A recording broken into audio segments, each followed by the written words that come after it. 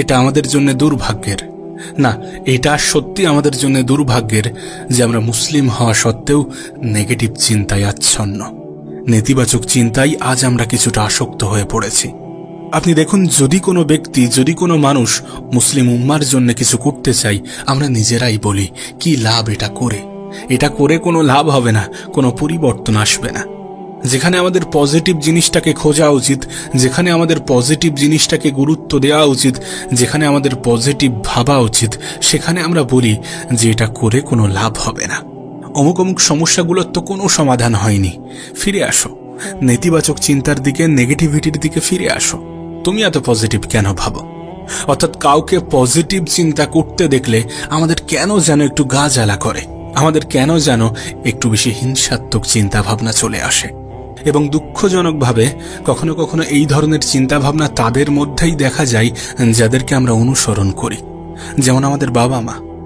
যখন একজন পিতা নেতিবাচক চিন্তা করেন, যখন একজন পিতা নেগেটিভ চিন্তা করেন, যখন একজন মা নেতিবাচক চিন্তায় আসক্ত, তখন সেই পরিবারে কিভাবে কৃতজ্ঞ সন্তান তৈরি হবে? যদি পিতামাতারাই সবসময় অভিযোগ করতে থাকে, তাহলে সন্তানরা কি অভিযোগ করবে না? বিশ্বাস করুন, আমাদের পারিপার্শ্বিক প্রভাব আমাদের জীবনে অনেক বেশি পড়ে। যদি বাবা মায়ের কাছ থেকে কোনো সন্তান কৃতজ্ঞতা না শেখে, তাহলে কার কাছ থেকে শিখবে? যদি কোনো বাবা মাই আল্লাহ পাকের শুকরিয়া আদায় না করে, তাহলে সন্তান কিভাবে করবে? কিভাবে দেখবে? কোথা থেকে দেখে শিখবে যে রবের শুকরিয়া আদায় করাটা প্রয়োজনীয়? যিনি না চাইতেই আমাদেরকে এত কিছু দেন, তিনি প্রশংসা ডিজার্ভ করেন। আচ্ছা, আমরা নিজেরাই যদি নিজেদেরকে প্রশ্ন করি যে সৃষ্টিকর্তা কি প্রশংসা পাওয়ার যোগ্য নয়, উত্তর কি আসবে? আপনার কি মনে হয়? আপনি জানলে অবাক হবেন এই সমস্ত জিনিসগুলো সমাজে কতটা প্রভাব ফেলে।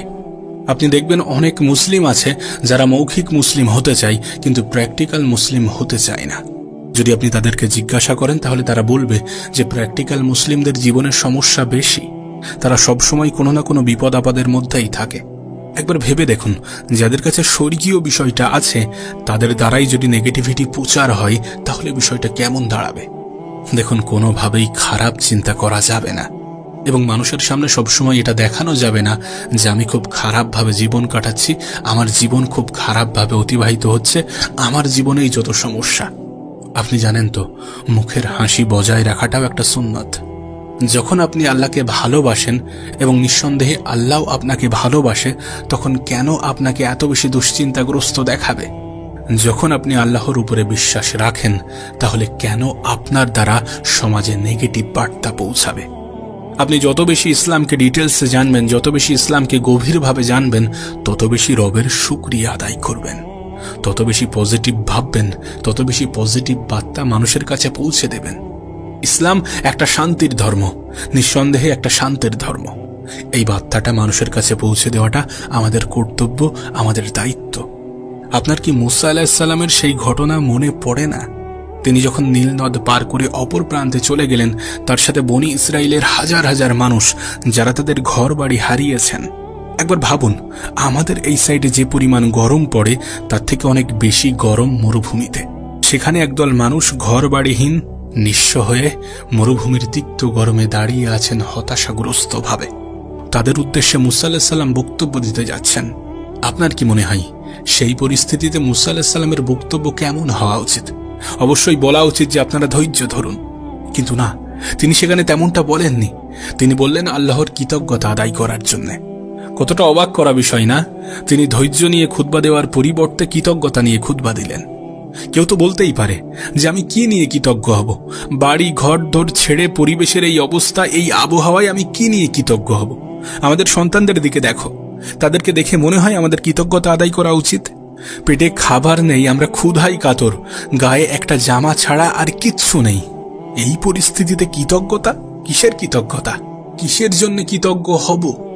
কিন্তু আপনি যদি একটু ভিন্নভাবে ভাবেন, আমরা যদি একটু ভিন্নভাবে ভাবি, একটু ভিন্নভাবে দেখি, তাহলে দেখা যাবে এই জন্য কৃতজ্ঞ হওয়া উচিত, কারণ তারা কিন্তু নীল নদে ডুবে যায়নি, তারা কিন্তু ফেরাউনের বাহিনীর হাতে মারা যায়নি, তারা কিন্তু মিশরীয়দের অত্যাচার থেকে বেঁচে গেছে, তারা কিন্তু এখন আর কৃতদাস নয়, তাদেরকে জবাই করা হচ্ছে না, তাদের মহিলাদের উপর অত্যাচার করা হচ্ছে না, চোখের সামনে মহিলাদের নির্যাতন হওয়ার দৃশ্য পুরুষদেরকে দেখতে হচ্ছে না।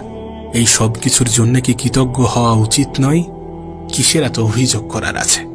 এই ঘটনা আমাদেরকে শেখায়, এই ঘটনা আমাদেরকে বোঝায়, আমাদেরকে অনুভব করায় যে কৃতজ্ঞ হওয়ার জন্য আমরা সবসময় কিছু না কিছু খুঁজে পাবো। যখন পয়সার এক সাইডে কোনো পজিটিভ কিছু পাবো না, তখন অপর সাইডে দেখলে অবশ্যই কিছু না কিছু পজিটিভ জিনিস থাকবে। দেখুন, নেগেটিভিটির মধ্যেও পজিটিভিটি থাকে। আপনি যদি আপনার খারাপ সময়ে ভাবেন যে আমার সাথে এর থেকেও আরও কিছু খারাপ হতে পারত, আমার সাথে এর থেকেও আরও কিছু খারাপ তো ঘটতে পারত, আপনি যদি এমনভাবে চিন্তা করেন, তাহলে আপনি রবের শুকরিয়া আদায় করতে বাধ্য। আমাদের কোনোভাবেই খারাপ চিন্তা করা উচিত হবে না। বিশ্বাস করুন, যদি আমি আর আপনি আল্লাহর প্রতি কৃতজ্ঞ হতে পারি, তাহলে হেদায়েত, রিজিক, স্বাস্থ্য সমস্ত কিছু ঠিক হয়ে যাবে। আমাদের প্রশংসা আল্লাহর দরকার নেই, কিন্তু তারপরেও তিনি খুশি হন আমরা যদি তাঁর প্রশংসা করি। আপনি দেখবেন অনেক সাধারণ নাস্তিক এমন প্রশ্ন করে থাকে যে তোমাদের প্রভুর কেন এত বেশি প্রশংসার প্রয়োজন হয়, তাঁকে কেন এত প্রশংসা করতে হবে? কিন্তু বাস্তবে তারা জানে না যে আল্লাহর কোনো প্রশংসার প্রয়োজন নেই, আল্লাহর কোনো প্রশংসার দরকার পড়ে না। হ্যাঁ, প্রশংসা করলে আমরা উপকৃত হব, রবের শুকরিয়া আদায় করলে আমরা উপকৃত হব। আর সত্যি বলতে, আমরা প্রশংসা করি বা না করি, তিনিই প্রশংসার মালিক।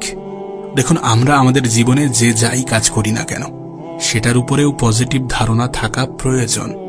দুইজন ব্যক্তি হয়তোবা বিসমিল্লাহ বলে খাওয়া শুরু করেছেন, কিন্তু এই দুইজনের মধ্যে একজনের কৃতজ্ঞতার মনোভঙ্গি ছিল, মনোভাব ছিল, আর একজনের ছিল না।